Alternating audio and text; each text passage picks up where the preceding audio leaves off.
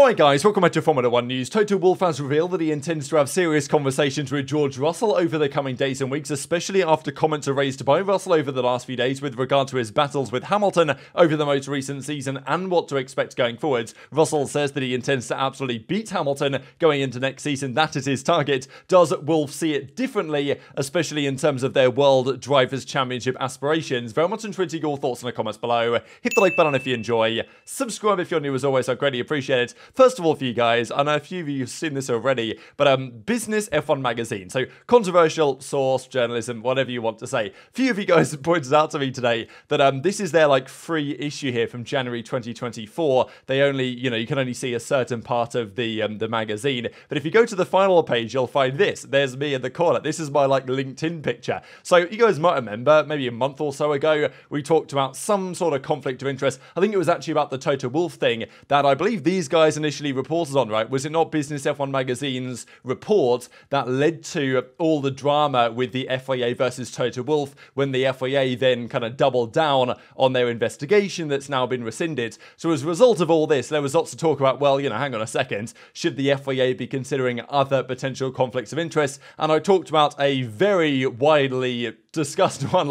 I'm definitely not the first person to mention the whole Derek Warwick thing, but for some reason I managed to make it into an article, so pretty funny stuff. I'm definitely not a journalist, right, myself. I just make content about this type of stuff. I don't have any sources that anybody else, publicly doesn't have, so I'm not exactly sure why I'm getting credited here for something that I'm absolutely not the first person to mention. People have been talking about this for years, certainly since Abu Dhabi 2021, but yeah, I guess I made it an article, so well done everyone, and they used my real name, so fair play. But they did call me an Esports Pundit, which I thought was kind of funny because that is mainly what I do on the other channels, but it's, I don't know, they call me an Esports Pundit, so acknowledging that I basically have no knowledge or anything to do with this whole thing, but fair enough, I got mentions. Big stories though today going around about Ferrari and what their next year's car is going to be. We don't really know what's going to be called. The naming system of Ferrari is difficult to keep up with. We know the Red Bull will be the RB20, we know the Mercedes will be the W15. Frankly, we don't know what the Ferrari is called. We know what the internal code name is, the 676. Last year's was the 675, but what they actually call it is still a bit of a mystery. Apparently though, their car has now passed the FIA crash test. We heard rumours a few days ago now that Red Bulls and Alpines had failed their first rounds, which can be good or bad. Sure, bit of a hold up, but it also means that you're absolutely making sure that you're not putting more weight in than is absolutely necessary to achieve the requirements. So Ferrari have talked about their car. Fred Vasseur has said that in parts it's going to be a revolution.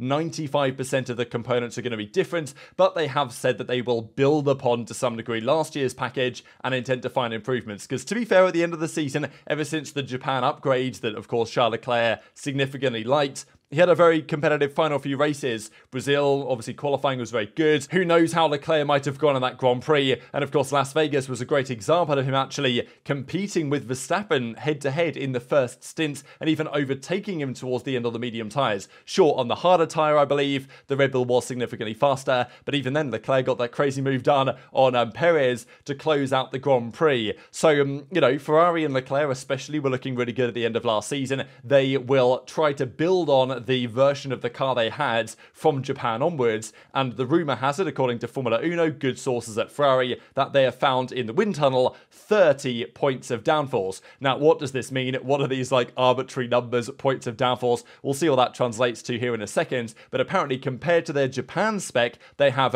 showed a recovery in the order of 30 load points. Now that is, okay, translating into real terms, 9% of useful downforce worth around 4.5 tenths on average. So this is really the important part here in terms of how much performance Ferrari believe they have gained from last year to this year. Now, it was expected that going from 2022 to 2023, all the teams would find roughly a second in performance, which was, marginally pretty true, I would say, for most teams. Some teams like Aston Martin found 2.5 seconds. It was kind of wild, but most teams probably found, Bahrain to Bahrain, 22 to 23, something like that. Now, at certain races, that was definitely not the case. For example, last year's Mercedes W15 was actually significantly faster in terms of race trim than this year's W14 was at the same track. So, it's not, you can't just guarantee that across the board, but the belief was that the teams would gain, a second maybe in performance from 22 to 23. Now, you're not expecting the same jump in the same set of regulations from 23 to 24, so,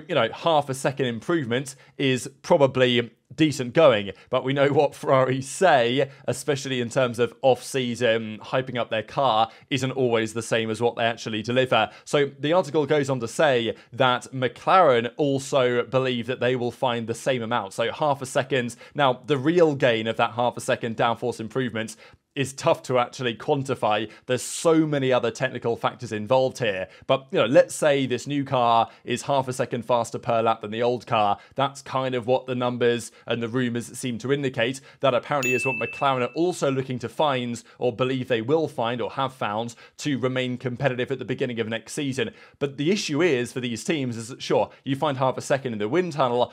Red Bull were, to be honest, at some races last season, half a second quicker in race trim. Now, if you get half a second quicker in qualifying, sure, that's a big step. But, in terms of race trim, that's where the RB19 pretty much was at some circuits, which causes an issue in terms of, well, Red Bull literally have to stay the same or go backwards if you want to beat them in a Grand Prix, which is not going to happen, let's be honest. If Red Bull can find half a second, which maybe they can, then good luck, basically. But maybe half a second per lap is a pretty reasonable improvement. McLaren believe that's what they're going to find. Ferrari believe that's what they're going to find. Of course, we know full well that there are quite often reports that Ferrari are building a rocket ship during this time of the season, and then the car hits the track. It's great, killing it in Bahrain, looks pretty good, qualifying's good, and then maybe as the season progresses, it's not quite the same story. Certainly that was the case in 2022 for various reasons. So lots of rumours to the positive for Ferrari. But yeah, I hear the rumours about half a second improvement. I just don't think that's going to be enough, frankly. Now, that is from Japan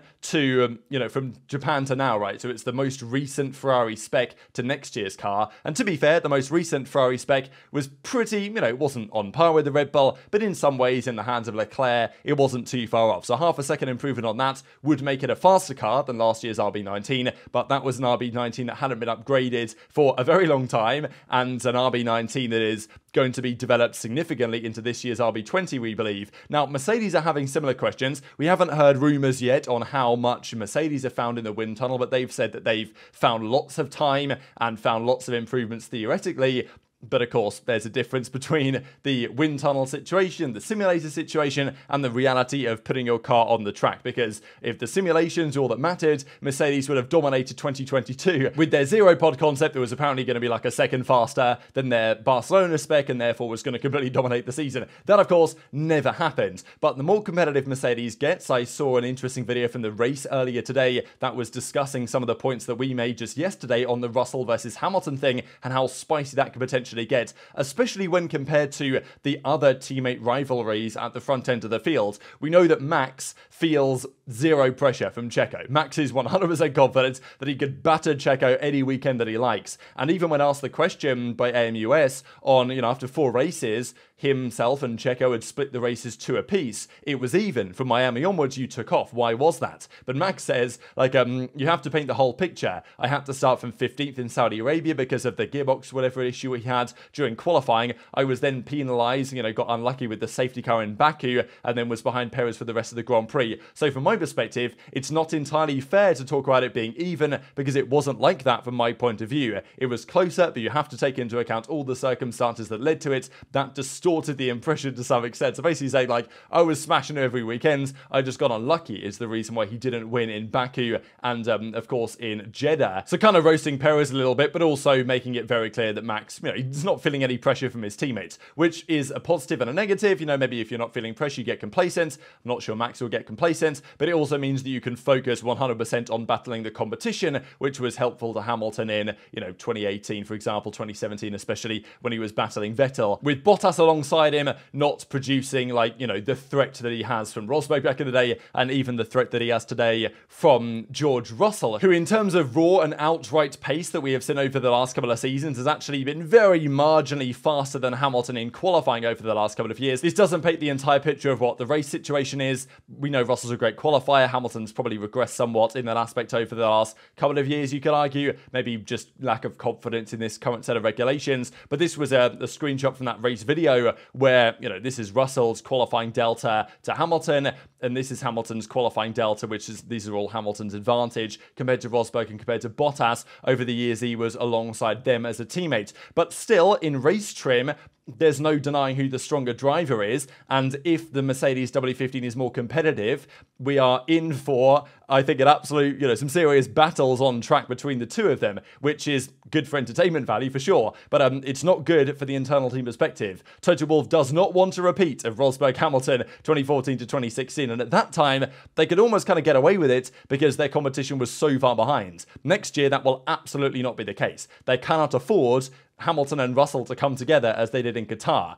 That's, not the end of the world when you're not fighting for a championship victory. But if they were in the fight for a WCC or a WDC, that type of stuff is absolutely, that can't happen, right? Qatar, Spain, other examples of these guys coming together. Spa, I'm pretty sure in qualifying there were some issues. On track in Brazil and Japan when they're getting all, funky on the radio against each other. Even the move that Hamilton put on Russell to overtake him when he kind of did, dive to the inside and kind of, he was a bit feisty, let's say, when between the two of them on track. And George Russell has been saying over the last couple of days that he's not happy being on par with Hamilton. He wants to beat him in qualifying, wants to beat him in the Grand Prix, and wants to win a championship before Hamilton gets his 8th. Fair enough. That's, an intention of a hard-headed driver who wants to achieve what they believe they're capable of, but it raises questions for the team. So Toto Wolff will have to do some management here. And, he actually mentions that he intends to have a good conversation with George Russell. Everybody needs some feedback, he says. So this is, interesting statement. I guess read between the lines on this one as to what Toto Wolff is potentially getting at,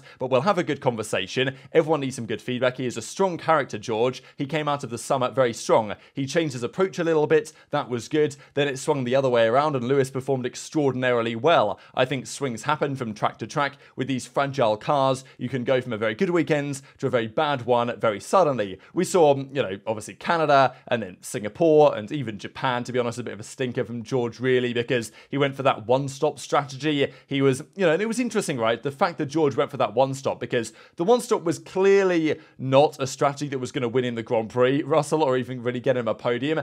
As far as I'm concerned, the only reason why Russell tried to pull out that one-stop is to try and beat Hamilton, and then eventually Hamilton on the two-stop just had more pace and got the move done anyway eventually. So I think Toto Wolff knows what he's dealing with here, but what do you guys think this conversation might potentially entail? Is Wolff going to sit down with George and say, look, George, I know that, you think you're this good. He's not obviously going to say that you're not as good as you think you are and all this stuff, but you know what I mean? Like, he has to have some sort of conversation with Russell and say, look, we can't afford the whole Russell versus Hamilton on track qualifying, and race situation drama to affect the results of the team next year. We need to be helping each other as a team, which is, of course, what Russell will say on the radio that they are doing all the time. And maybe he needs to make it clear that if a few races into the season, they have a very competitive package and one of their drivers is in a position to capitalize, that might also be George. But I also don't think there's any world in which Wolff is going to tell Lewis to, we're going to need to sacrifice your race for George here. Maybe if you're in race 22 and Hamilton's had a few DNFs and is out of the mix and Russell's in with a fight for the championship, sure, maybe you bring in Hamilton to try and help in that scenario. But I don't think that Hamilton, I don't think that conversation is going to happen with Hamilton quicker than it will with Russell. Like, let's say Hamilton is the lead Mercedes driver 8 races in, and he's potentially in with a fight with Verstappen for the world title. I think that Wolff has to prepare Russell to say, look, we will potentially be putting your strategy in a position where you are sacrificed for the greater good. And I don't think that's a conversation that George Russell will be particularly happy with. And maybe that's not what Toto Wolff will talk about at all. They'll talk about, okay, how to get the best out of Russell and all this stuff. But I'm sure Toto Wolff isn't an idiot, right? He's seen these things occur before and he wants to ensure they don't occur again. And especially when you've got comments such as this from Toto Wolff at the same time, saying if we can give Hamilton the car, he's going to fight for the championship. They're not really saying this about George Russell, right, Mercedes, and I get it. Russell's only won one race in his career. Hamilton's won 103 and 7 world titles, so obviously, if there's one man you're going to back, it's pretty obvious who that man is going to be, but Russell isn't, maybe going to be happy with these conversations. So I don't know how that's going to go, or what you think Wolff is going to talk to George about, but I think that there has to be some preparation internally, Mercedes, especially if they think they're going to have a championship contender, as to what happens in certain scenarios, because, I don't think they can afford Russell to get in Hamilton's way, as it were, if the season plays out like that, as it, let's say, did the most recent season, if Hamilton's actually in with a fight, because you can only imagine how feisty and how spicy it would get between the pair of them if Russell was to cost Hamilton points in a crucial situation in a championship fight with Max Verstappen. So very much interested your thoughts in the comment section below on what this conversation from Toto might potentially be about. Just one final thing. To be honest, I thought that Vegas had a contract taking it up to 2033 or something like that. But, you know, these are the circuits with their contracts expiring. Frustrating thing to me is that, you know, most of these are just all the good tracks. You know what I mean? Like Suzuka, Silverstone, Spa, Monza, then Monaco's at 2025, Shanghai, Zandvoort, Las Vegas apparently, but I think that's longer really, Imola, and then Mexico City. So, you know, I'm not really a big fan of especially Mexico, but yeah, hopefully something could be done about this. But very much interested in your thoughts on all this stuff in the comment section below. Hit the like button if you enjoyed, subscribe if you're new, take care, and I'll see you next time.